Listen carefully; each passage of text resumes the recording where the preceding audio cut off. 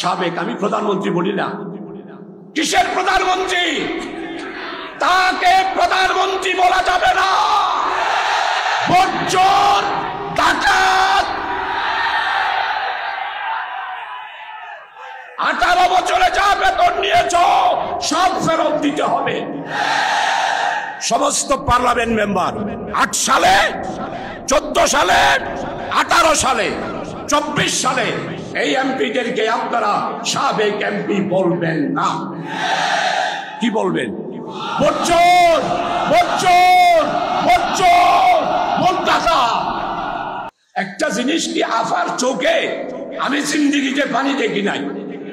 সব সময় নাক দিয়ে শ্যাঁত শ্যাঁত শ্যাঁত, এখানে টিস্যু একটা দিয়া খালি নাক মুছত। তাদের চোখে পানি নাই। এরা এসিডের বংশ, এরা ফেরাউনের বংশ, এরা দাজ্জালের বংশ।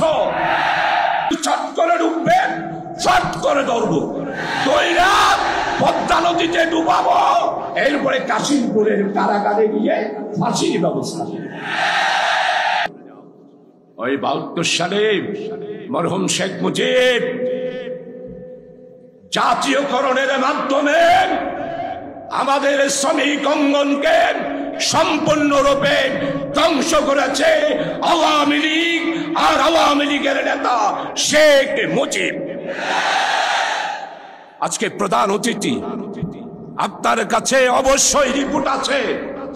72 থেকে 53 বছরের আজকের মধ্যে জাতীয়করণের মাধ্যমে, জাতীয়করণের শিল্পনীতির মাধ্যমে কলকারখানাগুলো আওয়ামী লীগের নেতারা, শেখ মুজিবের প্রেতাত্মারা যেইভাবে লুটপাট করেছে তার শ্বেতপত্র আমরা এখনো পর্যন্ত পাই নাই।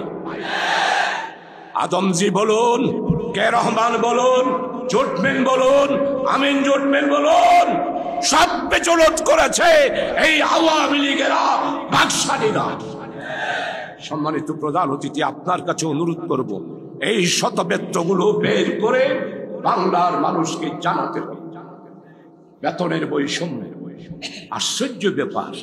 এক একজনে বেতন পায় 3.5 লাখ, 4 লাখ। এখন শুনতেছি আমাদের প্রাইভেট বিভিন্ন শিক্ষা প্রতিষ্ঠানও বারে বাপরে বাপ বেতনের বাহার। স্পষ্ট বলতে চাই, বাংলাদেশের এই বৈষম্য বেতন আমরা সহ্য করতে পারি না। আমার মনের জোর উপদেষ্টা মহোদয়কে বলেছি, বেতন কাটাবো, আবার নতুন ভাবে সাজাতে হবে। আমার ভাইরা বলছে নিম্ন মজুরি 20,000। কিসের 20,000? সচিব পাবে 5 লাখ আর আমার শ্রমিক পাবে 20,000। এটা কোনোদিনও হতে পারে না। প্রিয় ভাই সব, আপনাদের খেদমতে আরজ করতে চাই, প্রধান অতিথি আজকে বক্তব্য রাখবেন, বিশেষ অতিথি বক্তব্য রাখবেন। আমার 2টা দাবি, সার্কিট হাউসও বলেছে, আমার শ্রমিক ভাইয়েরা তার ছেলেদের লেখাপড়া করাতে পারে না। প্রাইভেট বিশ্ববিদ্যালয়ে গেলে আপনি গরিব মানুষ, টাকা নাই, এখানে কেন আসছে? তো কোথায় যাবে? সরকারি কলেজও জায়গা নাই, আপনাদের ওইখানেও জায়গা নাই, আমরা কোথায় যাব? আমাদের যাবার জায়গা আমাদেরকে করে নিতে হবে। এই জন্য মাওলানা মতিউর রহমান জামির শহীদ হৃদয়ের নেতা 2004 সালে পার্লামেন্টে আপনিও ছিলেন, উনি বক্তব্য রেখেছিলেন, চিকিৎসাকে বাণিজ্যকরণ করা যাবে না, শিক্ষাকে বাণিজ্যকরণ করা যাবে না। একটি ওয়েলফেয়ার স্টেটের ফর্মুলা আমাদের নেতা মাওলানা মতিউর রহমান নিজামী দিয়েছিলেন। তাই আজকে আমার শ্রমিকদেরকে আমি উপদেষ্টা মহোদয়দের বৈঠকে বলেছি, স্বরাষ্ট্রমন্ত্রী মহোদয়কে বলেছে, শ্রমিকেরা রক্ত দিয়েছে, কোন বড় লোকের ছেলে, বড় লোকের পরিবারেরা 71 রক্ত দেয় নাই, 24-এর গণ অভ্যুত্থানও রক্ত দেয় নাই। আমার মধ্যবিত্ত পরিবারের ছেলেরা, গরিব পরিবারের ছেলেরা বলেন না আপনাদের কোন পরিবারের সন্তান রক্ত দিয়েছে, দেখাতে পারবেন? হাসনাত আব্দুল্লাহ, আমার প্রিয় ভাই শহীদ সাইফুল ইসলাম আলিফের বাড়িতে জানাজা শেষ করে আমার বক্তৃতার পর আমি যখন এটা বলেছি, রক্ত দিয়েছে গরিবের ছেলে, রক্ত দিয়েছে মধ্যবিত্ত পরিবারের ছেলে, উচ্চ পর্যায়ের পরিবারের কোন ছেলে সন্তান রক্ত দেয় নাই। আপনারা জানেন আমার ভাই শান্ত, তার পরিবারে আমাদের আমিরি জামাত গিয়েছিল। শাহজাহান ভাই আপনিও ছিলেন, আমরা তার বাড়িতে ঢুকতে পারি নাই, দরজা নাই। আমিরে জামাত কোন রকমে ঢুকেছিল একটি ছোট্ট রুমের মধ্যে।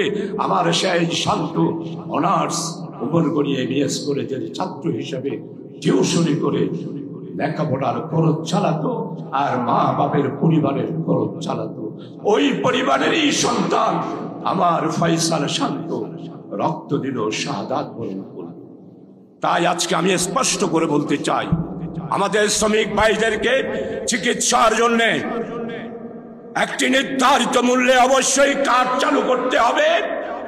প্রাইভেট ইউনিভার্সিটি থেকে শুরু করে সরকারি বেসরকারি প্রত্যেকটা প্রতিষ্ঠানে শ্রমিকদের জন্য, শ্রমিকের ছেলে মেয়েদের জন্য লেখাপড়ার জন্য একটা কোটা নির্ধারণ করে দিতে হবে। মেধাবীদেরকে অবশ্যই পড়াতে হবে।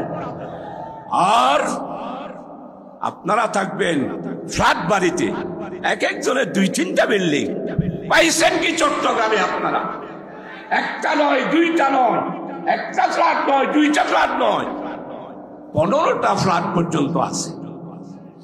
15 ফ্ল্যাট কি বলবেন?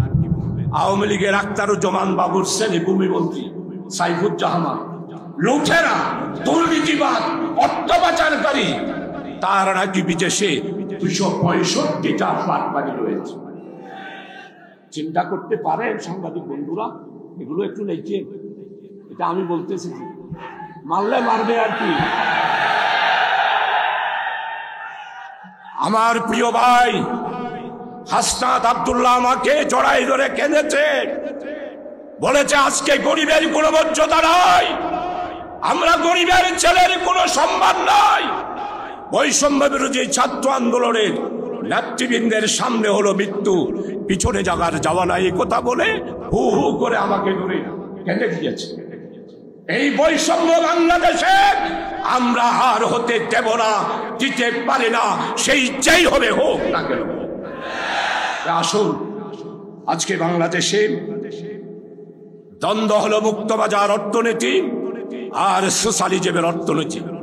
এই দুইটা অর্থনীতির সাথেই আমাদের দ্বন্দ্ব, আমাদের চ্যালেঞ্জ।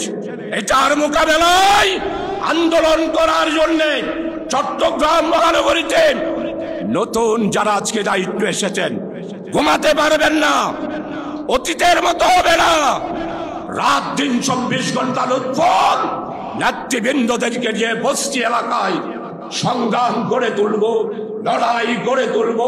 পরিবেশ সৃষ্টি হয়েছে, আর কোন শ্রমিক লীগ নয়, আর কোন শ্রমিক আন্দোলন নয়, একটি মাত্র আন্দোলন, বাংলাদেশ শ্রমিক কল্যাণ ফেডারেশন। শপথ গ্রহণ করুন, আগের মতো ঘুমায়া ঘুমায়া কাজ করবেন, এটা আর হতে পারবে না। প্রিয় ভাই সব, আর বেশি বক্তব্য রাখবো না।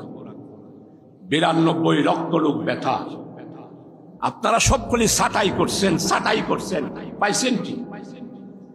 2 মাস সময় সব ছাঁটাইয়ে নতুন ভাবে চাকরি নীতি করে বন্দর থেকে সরকারি বেসরকারি বাণিজ্যিক সমস্ত প্রতিষ্ঠানে নতুন ভাবে আমার শ্রমিকদেরকে চাকরির ব্যবস্থা করতে হবে। যদি না করেন, আপনারা মনে করছেন আমরা ঘুমাই থাকবো না।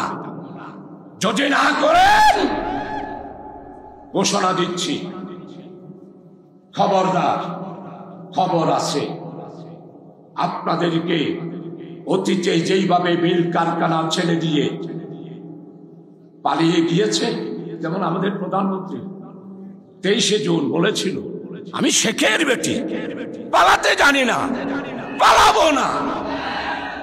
শেখ হাসিনা আজকে জিজ্ঞাসা করতে চাই, আপনি তো পালাইছেন, তাহলে তো শেখের বেটি না, আপনি হিন্দুস্তানের প্রধানমন্ত্রী নরেন্দ্র মোদীর বেটি। আপনি প্রিয় ডেলিগেট ভাইরা, ভাই লুৎফল ভাই, লুৎফল ভাই, ও ভাই ইকে কাছ নারা গরিবর ইকে সাইনি পার না মিশে আলি উত্তর বিজ্ঞা আয় 2 মিনিট সময় লই, ঠিক আছে?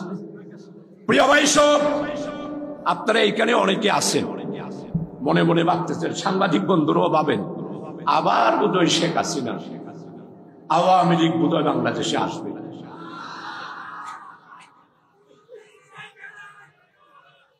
প্রিয় ভাই সব, ফেসবুকে দেখলাম একজন বাংলাদেশ থেকে টেলিফোন করে বলতেছে, আফা আপনি যে বাংলাদেশে নাই, আজকে আন্ধার হয়ে গেছে, সূর্য উঠে নাই, বাংলার মানুষ কাঁদতেছে। আর আর আর সাবেক, আমি প্রধানমন্ত্রী বলি না, কিসের প্রধানমন্ত্রী? তাকে প্রধানমন্ত্রী বলা যাবে না। বজ্জর, ডাকাত, 18 বছরে যা বেতন নিয়েছ সব ফেরত দিতে হবে।